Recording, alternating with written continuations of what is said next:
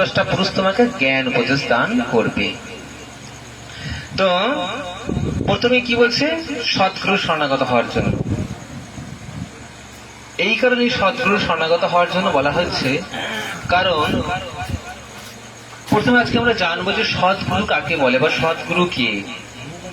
তো সদ্গুরু হচ্ছে, আপনারা দয়াপূর্বক একটু মনোযোগ সহকারে শ্রবণ করবেন, বেশিক্ষণ সময় আমি নেব না, অল্পক্ষণ।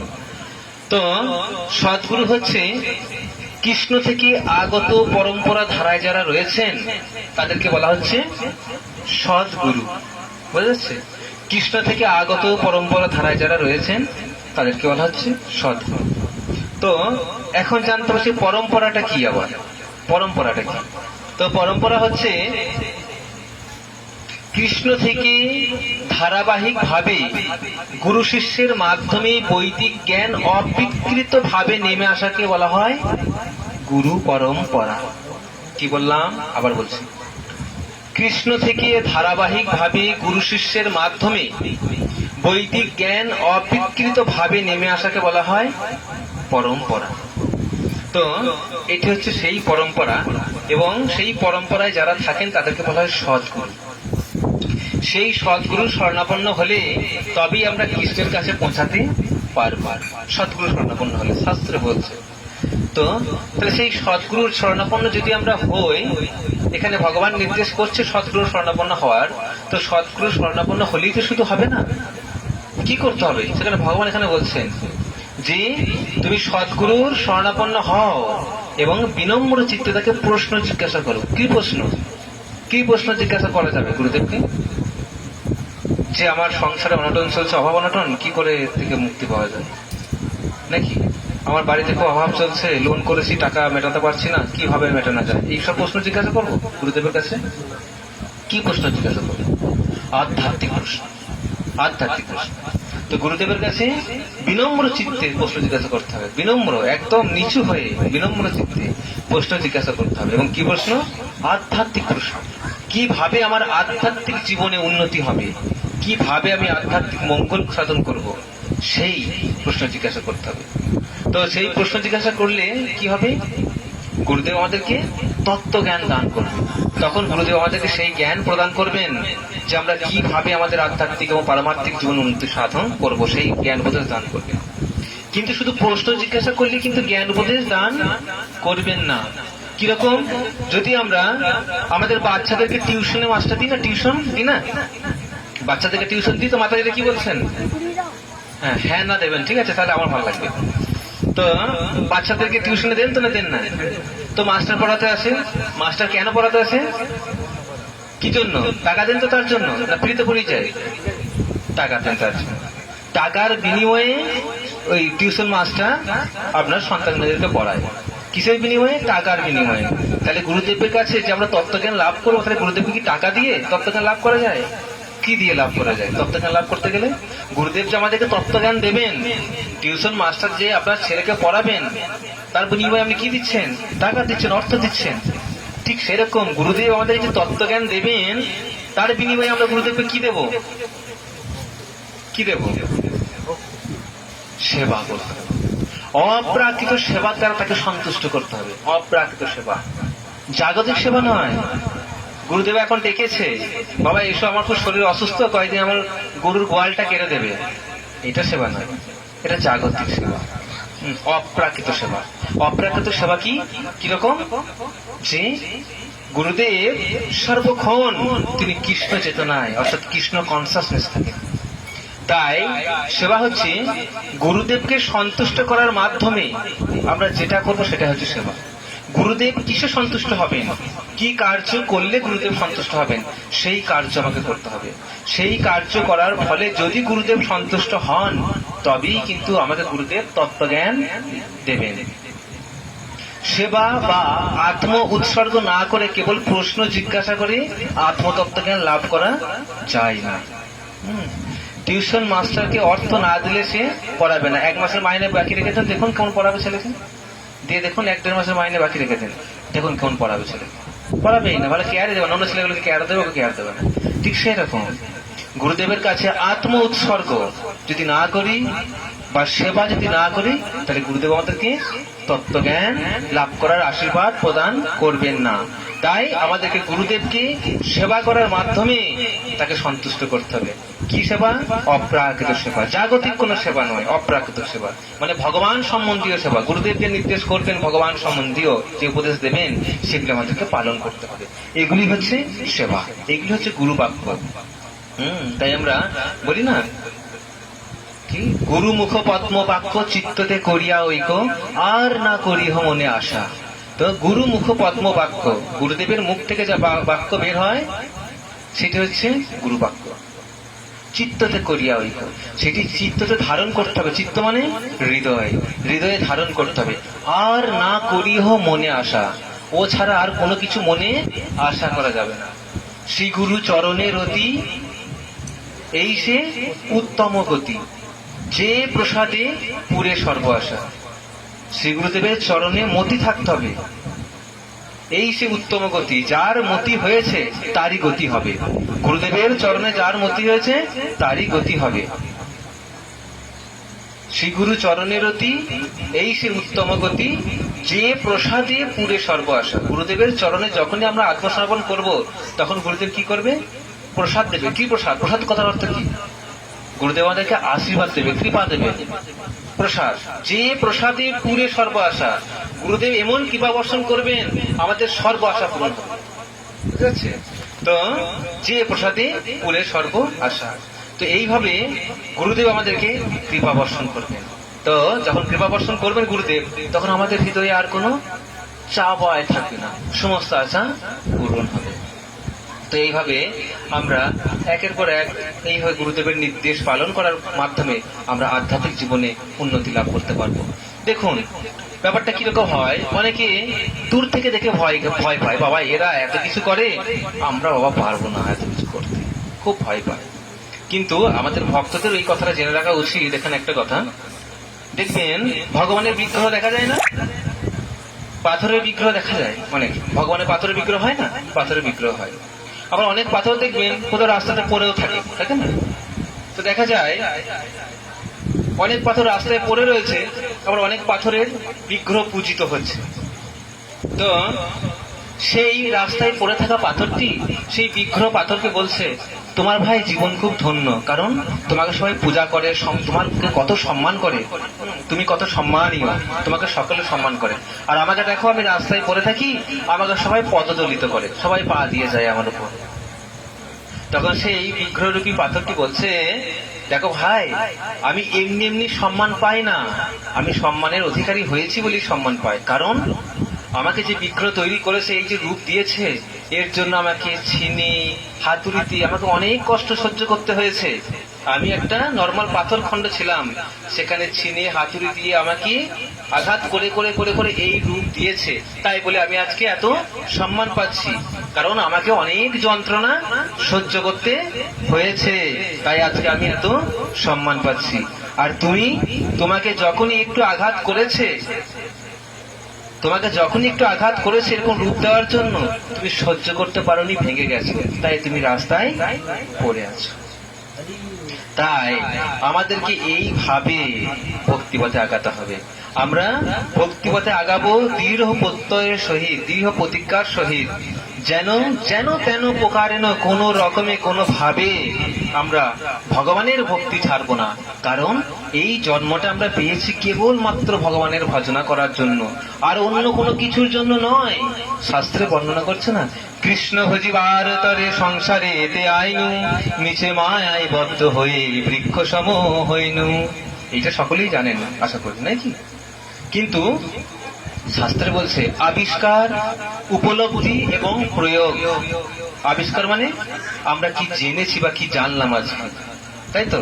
তো এই কথাটা কে কে জানেন যে কৃষ্ণ ভজিবার ধরে সংসারেতে আইনু? কে কে জানেন? হাত তুলুন দেখি। হরি বল, আপনারা সবাই জানেন এটা, খুব সুন্দর। তো এরপর আছে উত্তর, আসুন। তো প্রথমে হচ্ছে আবিষ্কার, এটা আপনারা আবিষ্কার করে নিয়েছেন, মানে আমরা লেখা থেকে জেনেছেন বিষয়টা। তো এরপর হচ্ছে উপলব্ধি করেছেন। তো বিষয়টা কি যে আমরা কৃষ্ণ ভজন করার জন্য এই সংসারে এসেছি, এইটা উপলব্ধি করেছেন তো? করেছেন। এরপর আসছে প্রয়োগ। কতজন এটা প্রয়োগ করেছেন? একটু হাত তুলুন তো দেখি। আচ্ছা, তো আবিষ্কার, উপলব্ধি এবং প্রয়োগ, আপনি আবিষ্কার করলেন, শুনলেন, উপলব্ধি করলেন, কিন্তু প্রয়োগ না করলেন, বৃথা, সবটাই বৃথা। তাই চেষ্টা করতে আমাদেরকে প্রয়োগ করার জীবনে। হ্যাঁ, কারণ এইগুলি জীবনে প্রয়োগ না করলে আমাদের জীবনটা খুব অল্প, সীমিত দিনের। আপনারা নিজেরাই ভাবুন, আপনাদের সেই বাল্যকালে বা বাল্যবেলায় ফিরে যান, সব আপনার মনে পড়ে যাবে চোখের সামনে, যে এই তো এত কিছু করলাম, বাবার বাড়িতে এই করলাম, সেই করলাম, এখানে খেললাম, ওখানে বালকের সহিত খেলা করলাম, কত সুন্দর ছোট্ট ছোট্ট ছোটবেলাকার কত কত স্মৃতি। হঠাৎ করে যখন আবার সেই জায়গায় ফিরে আসছে, তখন দেখছেন এই তো কবে গেল, পেরিয়ে গেল দিনগুলো, এই মধ্যে এত এত দিনগুলো পার হয়ে গেল, কিছু বুঝতেই পারলাম না। এই যে 20 বছর 30 বছর পার হয়ে গেল নিমেষের মধ্যে, কিছু বুঝতে পারলাম না। তাহলে বুঝতে পারছেন জীবনটা কত ছোট, ভেবে দেখেছেন কত ছোট। এত ছোট জীবন নিয়ে আমরা এসেছি, তার ভেতরে কখন আমরা চলে যাব কোনো গ্যারান্টি নেই। তাই পদকর্তা বলছে না, কমল দল জল জীবন টলমল, কমল দল জল জীবন টলমল, ভজহু হরিপদ নীতিরে। অর্থাৎ কমল দল জল মানে পদ্ম পাতার জল দেখেছেন কেমন করে, টলমল টলমল করে না, এই পড়ে যায়, ঠিক সেরকম আমাদের জীবনটাও টলমল টলমল করছে। কখন যে পড়ে যাবে, কখন যে মৃত্যু এসে আমাদেরকে গ্রাস করবে, আমরা কেউ জানি না। তাই সময় থাকতে ভজহু হরিপদ নীতিরে, তাই সময় থাকতে সেই হরিপদ মানে ভগবানের শ্রীচরণ ভজন করতে হবে। নাহলে কখন যে মৃত্যু চলে আসবে তার কোনো নিশ্চয়তা নেই। কিন্তু একবার যদি আমরা ভগবানের স্মরণ গ্রহণ করি, তাহলে আমাদের মৃত্যুটা সুখের হবে। আমরা কেউ ভালো নেই, বলতে পারবো না যে ভালো আছি বাবা। কেউ যদি বলেন তাহলে আমরা মিথ্যা কথা বলছি। কেউ ভালো নেই, মুখে প্রকাশ করে না, কিন্তু বেদনা আছে বুকে। সে তুষের আগুন দেখেছেন, ঠিক ঠিক ঠিক ঠিক করে জ্বলে, ঠিক সেরকম জ্বলছে সবার, কেউ প্রকাশ করছে না, সবার জ্বলছে, সবার, কেউ ভালো নেই। কারণ এই জগতে হচ্ছে দুঃখালয়ম, শাস্ত্রে বর্ণনা করছে অশ্বাশ্বতম দুঃখালয়ম, এটা হচ্ছে দুঃখের ঘর, দুঃখের আলয়। এখানে সুখের বিন্দু মাত্র, লেশ মাত্র সুখ নেই। হ্যাঁ, সারা দিন কষ্ট, সারাক্ষণ কষ্ট, সব সময় ভয়ে ভীত হয়ে থাকি, এই কিছু হলো নাকি, এই শরীর অসুস্থ হয়ে যাবে নাকি, এই ছেলে স্কুলে গেল কিছু হবে না তো, নানা রকম ভাবে আমরা ভয়ে ভীত হয়ে থাকি। টেনশন চিন্তাগুলি তো হচ্ছে ভয়। সুখ নেই, সুখ আছে সেটাই যখন আমরা সবটাই ভগবানের চরণে আত্মনিবেদন করে দিতে পারবো। মারবি রাখবি যো ইচ্ছা তোহারা, মারবে রাখবে যা ইচ্ছা তোমার, এইটা যখন আমরা ভগবানের কাছে বলতে পারবো, তখন আমরা প্রকৃত সুখ শান্তি লাভ করতে পারবো, নচেত নয়। যতক্ষণ আমি আমার প্রতি বিশ্বাস রাখবো যে আমি করতে পারবো এটা, বা আমার স্বামী আছে, আমার ছেলে আছে, তারাই আমার ভরসা, এই ভরসা যতক্ষণ রাখবো ততক্ষণ কিচ্ছু হবে না। ভগবান না চান, তবু যদি ভগবান চান, নিমেষের মধ্যে সেই কত কত স্বামী, কত কত সন্তান চলে যাচ্ছে, মায়ের কোল খালি করে কত সন্তান চলে যায়, স্ত্রীর জীবন থেকে কত কত স্বামী চলে যায়, ভগবান চাই বলেই চলে যায়। কিন্তু সেই ভগবান যিনি আমাদের স্বামী, স্ত্রী, পুত্র, সন্তান সকলকে অক্ষয় রেখেছেন, বিপদমুক্ত করে রেখেছেন, সেই ভগবানের ভজনা করতে আমরা ভুলে যাই। এটা আমাদের সব থেকে বড় দুর্ভাগ্য, লজ্জার বিষয়। এর থেকে বড় লজ্জাজনক আর কিছু হয় না। তাই শাস্ত্রে সে কথা বর্ণনা করছে যে এমনও দুর্লভ মনুষ্য দেহ, পাইয়া কি করো ভাবনা কেহ, এবে না ভজিলে যশোদা সুত চরমে পরিবে লাজি। এমন একটা এত সুন্দর দুর্লভ মনুষ্য দেহ আমরা পেয়েছি, এরপর আর কিসের ভাবনা, আর কোনো ভাবনা নেই। কিসের ভাবনা? ভাবনা আছে কিছু? কি হয়েছে? ভাবনা আছে। কিরকম বলি, একবার ভক্ত সঙ্গে কিছু মানুষকে মায়াপুর বেড়াতে নিয়ে যাওয়া হয়েছে। তো মায়াপুর বেড়াতে গেছে, তো একজন বয়স্ক দাদুকেও নিয়ে যাওয়া হয়েছে, ঠাকুমা, বয়স্ক দাদু ঠাকুমারাও গেছে, বয়স্ক লোকরা বেশি যায় তীর্থে, তো নিয়ে যাওয়া হয়েছে। তো ঘোরাঘুরি করানো হয়েছে, সব ঘোরাঘুরি হয়েছে, এখন রুমে নিয়ে আসা হয়েছে। তো জিজ্ঞাসা করা হচ্ছে, দাদু কেমন দেখলে গো, সব ঘুরলে মায়াপুর, কেমন কি দর্শন করলে? দেখলাম তো ভাই, কিন্তু আমার সেই ওই মাচাটা ছাগলে খেয়ে দিল কি না কে জানে বেড়া দিলে। তো এইরকম ভাবনা যদি থাকে তাহলে কিছু, তো এইরকম ভাবনা রাখলে হবে না। তো আমাদেরকে একাগ্র চিত্তে ভগবানের ভজনা করতে হবে। কারণ ব্রহ্মা আদি দেবগণ ধ্যানে নাহি পায়, সে ধ্যানে বঞ্চিত হলে কি হবে উপায়। ব্রহ্মা আদিদেব, আদিদেব মানে কি? আদিদেব মানে ভগবান শিব, ঈশ্বর শিব। তো উনি হচ্ছেন আদিদেব, দেবাদিদেব, দেবতাদের আদি, মহাদেব উনি হচ্ছেন মহাদেব। বুঝা যাচ্ছে মহা কথার অর্থ? তা সেই সব দেবতারা ভগবানের ধ্যান করছে, ভগবানকে এক ঝলক দেখার জন্য, ভগবানের একটু বাক্য শোনার জন্য, পায় না। দেবতারা আকাঙ্ক্ষা করছে এই মনুষ্য জন্ম প্রাপ্ত হওয়ার জন্য, কারণ কেবলমাত্র মনুষ্য দেহেই ভগবানের ভজনা করা যায়, অন্য দেহে ভগবানের ভজনা করা যায় না। আপনি একটা কুকুরকে বলুন ভগবানের ভজনা করতে পারবে? করতে? একটা ছাগলকে বলুন তো। আমরা যে এতক্ষণ ধরে তুলসী আরতি করলাম, তুলসীকে রাখলাম, তুলসী মহারাজ নিজে রয়েছে, এত সুন্দর আরতি করলাম, কীর্তন করলাম, একটা ছাগলকে না ছেড়ে দেন, দেখুন কি করবে, কত সম্মান দেবে। কারণ আমরা জানিই না এর মর্মটা কি, নাই কি জানি? একটা কুকুরকে ছেড়ে দেন, দেখুন কি করবে, জানি না ওরা।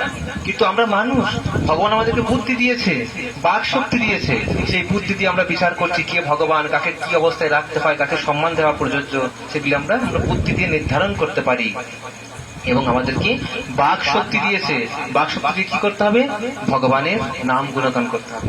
তাই ভগবান যখন এই ধরাধামে এলেন লীলাবিলাস করার জন্য, তখন ভগবানের সমস্ত পার্শ্বদরা বুকিং হয়ে গেছে ভগবানের সঙ্গে আসার জন্য, এখানে সব বুকিং।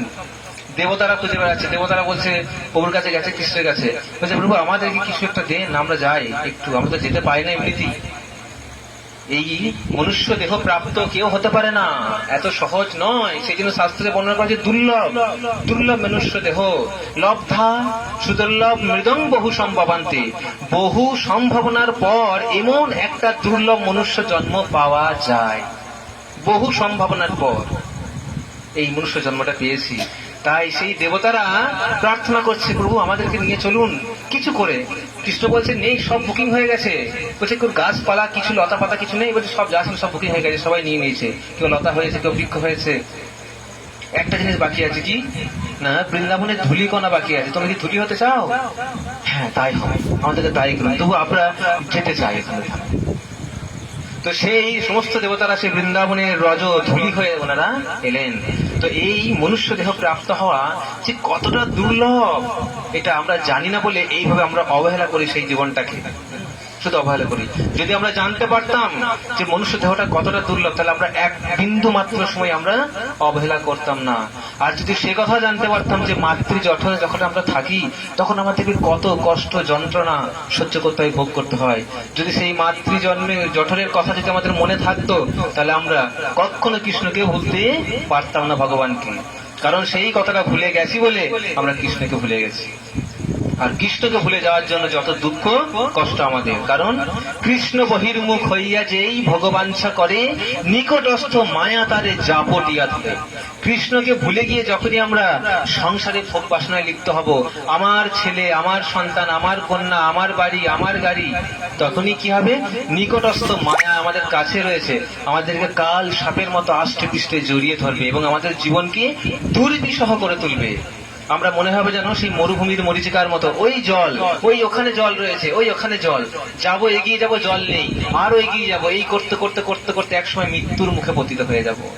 ওই সুখ ওখানে, আর একটু গেলে সুখ, আর একটু কষ্ট করলে সুখ পাওয়া যাবে, আর একটু কষ্ট করলে সুখ পাওয়া যাবে। উঠি না, একটু ভোর 3টে থেকে উঠি, ছেলেকে একটু পড়াশোনা করাই, ছেলের জন্য রান্না করছি, স্কুল যাচ্ছে, সমস্ত রেডি করে দিচ্ছি, আবার ছেলে আসছে, তার সমস্ত রকম ভরণ পোষণ করছি, সমস্ত কিছু করছি, দিন সারাটা জীবন দিয়ে দিলাম ছেলে করতে করতে, ছেলের বিয়ে দেওয়া পর্যন্ত, ছেলের ছেলে মানুষ করা পর্যন্ত সারা জীবন দিয়ে দিলাম, যে কিসে সুখ পাওয়া যায়।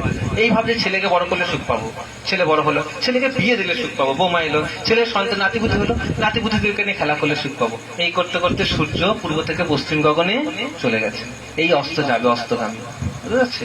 এই করতে করতে সময় আমাদের শেষ, তো সুখ আর পেলাম না। ওই করতে করতে তখন কি পেলাম? তখন এমন বয়স হয়ে গেছে, তখন কাশি আসছে, কাশছি, বাতের ব্যথা, হাঁটু গিটে গিটে যন্ত্রণা, হ্যাঁ, গৃহে কাজ করতে পারি না, বৌমা ফোন দেখে, টিকটক ভিডিও বানায়, কাজ করে না। এবার আমাদের হয়েছে হাঁটুর যন্ত্রণা, বৌমা তো কাজ না করতে পারলে গালিগালাজ করে, শুনতে হয়।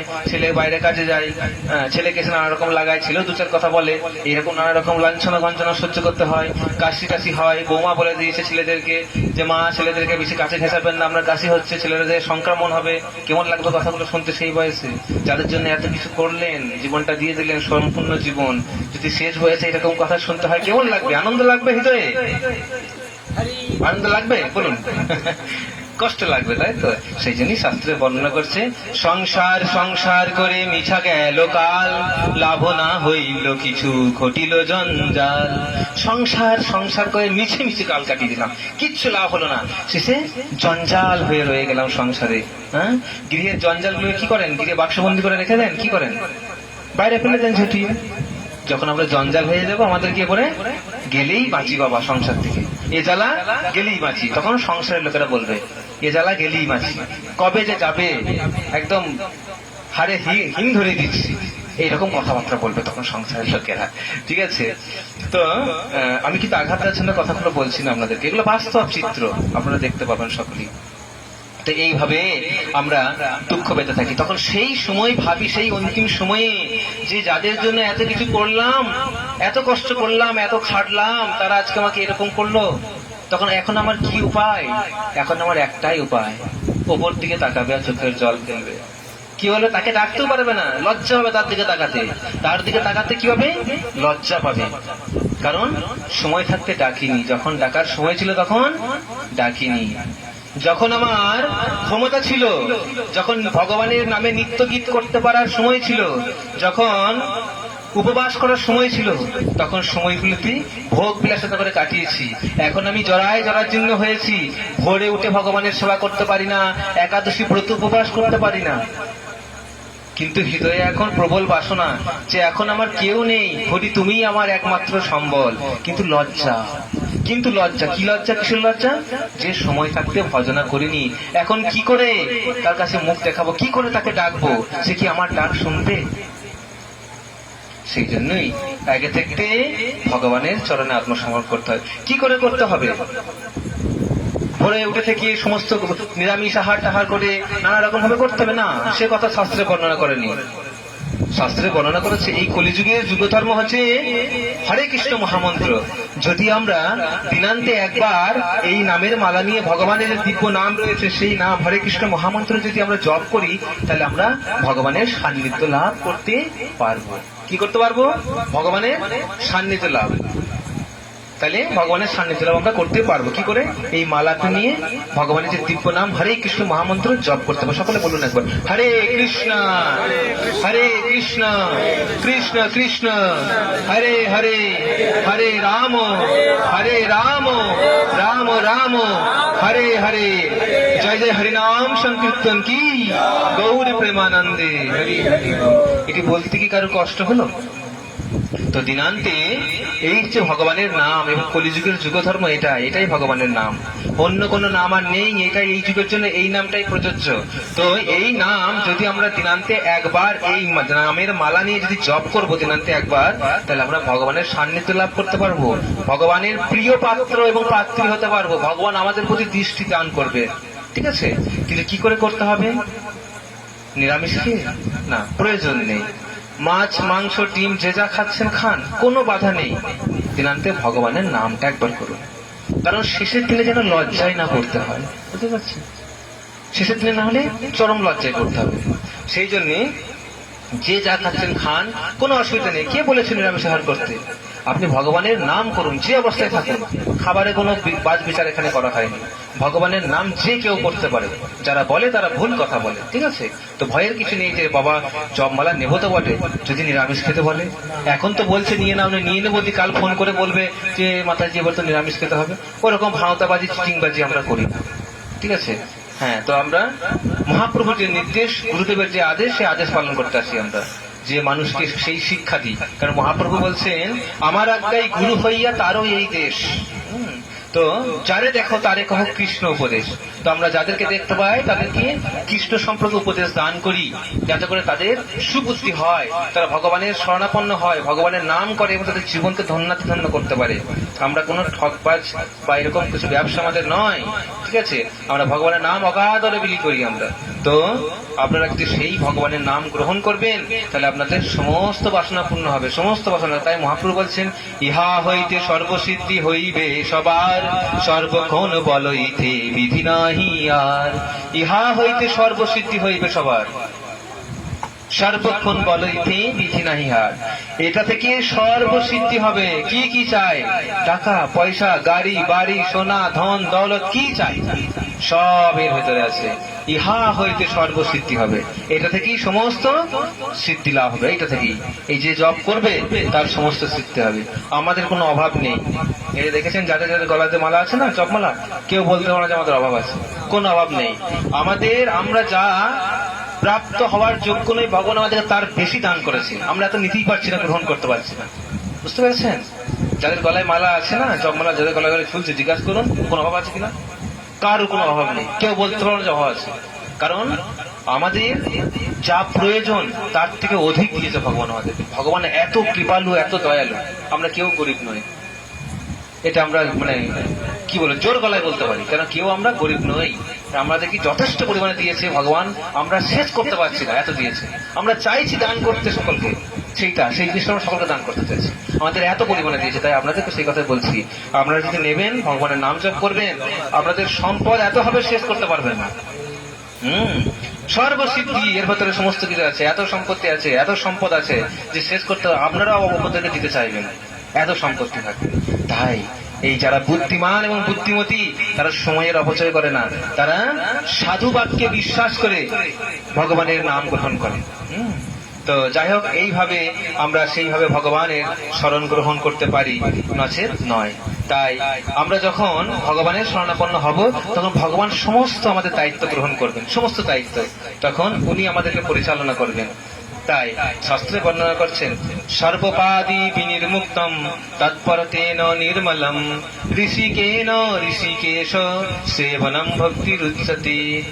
সমস্ত উপাধি, সর্বপাদি বিনির্মুক্তম, সমস্ত উপাধি থেকে যখন আমরা মুক্ত হতে পারবো। সমস্ত উপাধি মানে আমি ডাক্তার, আমি মাস্টার, আমি ব্যারিস্টার, আমি ভারতীয়, আমি গরিব, আমি ধনী, এই যে আমি উঁচু কাস্ট, আমি নিচু কাস্ট, এই যে এগুলো হচ্ছে আমাদের উপাধি। এইগুলি থেকে যখন ত্যাগ করতে পারবো, মানে এগুলো হচ্ছে আমাদের অহংকার। আমি ব্রাহ্মণ, অহংকার করে, ঠিক আছে, আমি বড়লোক, অহংকার করে, আমি উচ্চ শিক্ষিত, এগুলো অহংকার। তো এই সমস্ত উপাধি, আমি ডাক্তার, আমি উকিল, এগুলো হচ্ছে অহংকার। তো এই সব উপাধি থেকে মুক্ত হতে হবে। তৎপরতেন নির্মলম, তারপরে আমাদের হৃদয় নির্মল হবে।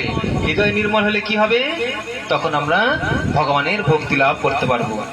ঋষিকেন ঋষিকেশ সেবনম ভক্তির উচ্চতে, তখন আমাদের এই অপ্রাকৃত ইন্দ্রিয়ের দ্বারা সমস্ত ইন্দ্রাধিপতি ভগবান শ্রীকৃষ্ণের সেবা করতে পারবো। আমাদের ইন্দ্রিয়গুলি কি কি, কে কে জানেন? ইন্দ্রিয় কয়টি আছে, কে কে জানেন বলতে পারবেন? ইন্দ্রিয় কি কি, কে কে বলতে পারবেন? বলেন তো। চোখ দিয়ে কি করি আমরা? আমাদের ইন্দ্রিয় হচ্ছে চক্ষু, কর্ণ, নাসিকা, জিহ্বা, ত্বক, তাই তো? চোখ দিয়ে কি করি? চোখ দিয়ে কি করি? জোরে বলুন। দেখেন। কি দেখেন? সিরিয়াল? কি দেখেন? কি দেখেন বলুন? কিছু দেখেন তো? আচ্ছা, পরিবেশ পরিস্থিতি সব দেখেন। আচ্ছা, তারপরে কর্ণ, কান দিয়ে শুনি, কি শুনি? গল্প শুনি, গান শুনি, অনেক কিছু শুনি, তাই তো? গালিগালাজ শুনি, অনেক সময় অনেকের নিন্দাও শুনি, আবার দেয়ালেরও কান থাকে নাকি? তো তারপরে নাসিকা, নাক দিয়ে ঘ্রাণ গ্রহণ করি, আহা কি সুন্দর সুন্দর সেন্ট, গন্ধ শ্রবণ মানে আঘ্রাণ করি। তারপরে জিহ্বা, জিহ্বা দিয়ে কত কি না আস্বাদন করি। এত সুন্দর সুন্দর রসালো খাবার রয়েছে, আজ নাম না করলেই নয় আর কি। এত সুন্দর সুন্দর রসালো খাবার জিহ্বা দিয়ে আস্বাদন করছি। এবং ত্বকের দ্বারা সুন্দর স্পর্শ করছি সুন্দর সুন্দর জিনিস। একটা ভালো ব্ল্যাঙ্কেট, সুন্দর দামি, আহা এটা যদি পেতাম, ভালো পালঙে যদি শুতে পারতাম একটু, কত সুখ হতো শরীরে, নাকি? এইভাবে চাইছি, কিন্তু আমরা ভক্তরা এইভাবে চাই না। আমরা ভক্তদের কাছে এইভাবে পঞ্চ ইন্দ্রিয়গুলি আমরা ভক্তরা এইভাবে চালনা করি না। কারণ যারা ভক্ত হয়, ভগবান তাদের ইন্দ্রিয়গুলিকে পরিচালনা করেন। ভক্তরা কি করে? চোখের দ্বারা কি করে? ভগবানের রূপ দর্শন করে, অন্য কিছু দর্শন করেন না, অন্য কিছু দর্শন করেন না। যত এই বিশ্বের সব থেকে সুন্দর জিনিস যদি ভক্তদের কাছে নামিয়ে দেওয়া হয়, তবু ভক্ত দর্শন করবে না। যিনি একবার ভগবানের রূপ দর্শন করেছেন, সেই মনোমুগ্ধকর রূপ যিনি একবার দর্শন করেছেন, তিনি আর অন্য কোনো এই জড়জাগতিক কোন রূপের, জড়রূপের প্রতি মোহিত হন না। তাই ভক্তরা চোখ দিয়ে কেবলমাত্র ভগবানকে দর্শন করার চেষ্টা করেন। তারপরে কর্ণ, কানের দ্বারা ভক্তরা ভগবানের দিব্য নাম, গুণ, লীলা আদি শ্রবণ করে এই কর্ণকে যথাযোগ্য জায়গায় ব্যবহার করেন। তারপর হচ্ছে নাসিকা, এই নাকের দ্বারা ঘ্রাণ গ্রহণ করেন। কিসের ঘ্রাণ গ্রহণ করেন? ভক্তরা ভগবানের চরণে অর্পিত পুষ্প, ফুল এবং ভগবানের চরণে অর্পিত তুলসী পত্রের ঘ্রাণ গ্রহণ করেন। এবং তারপরে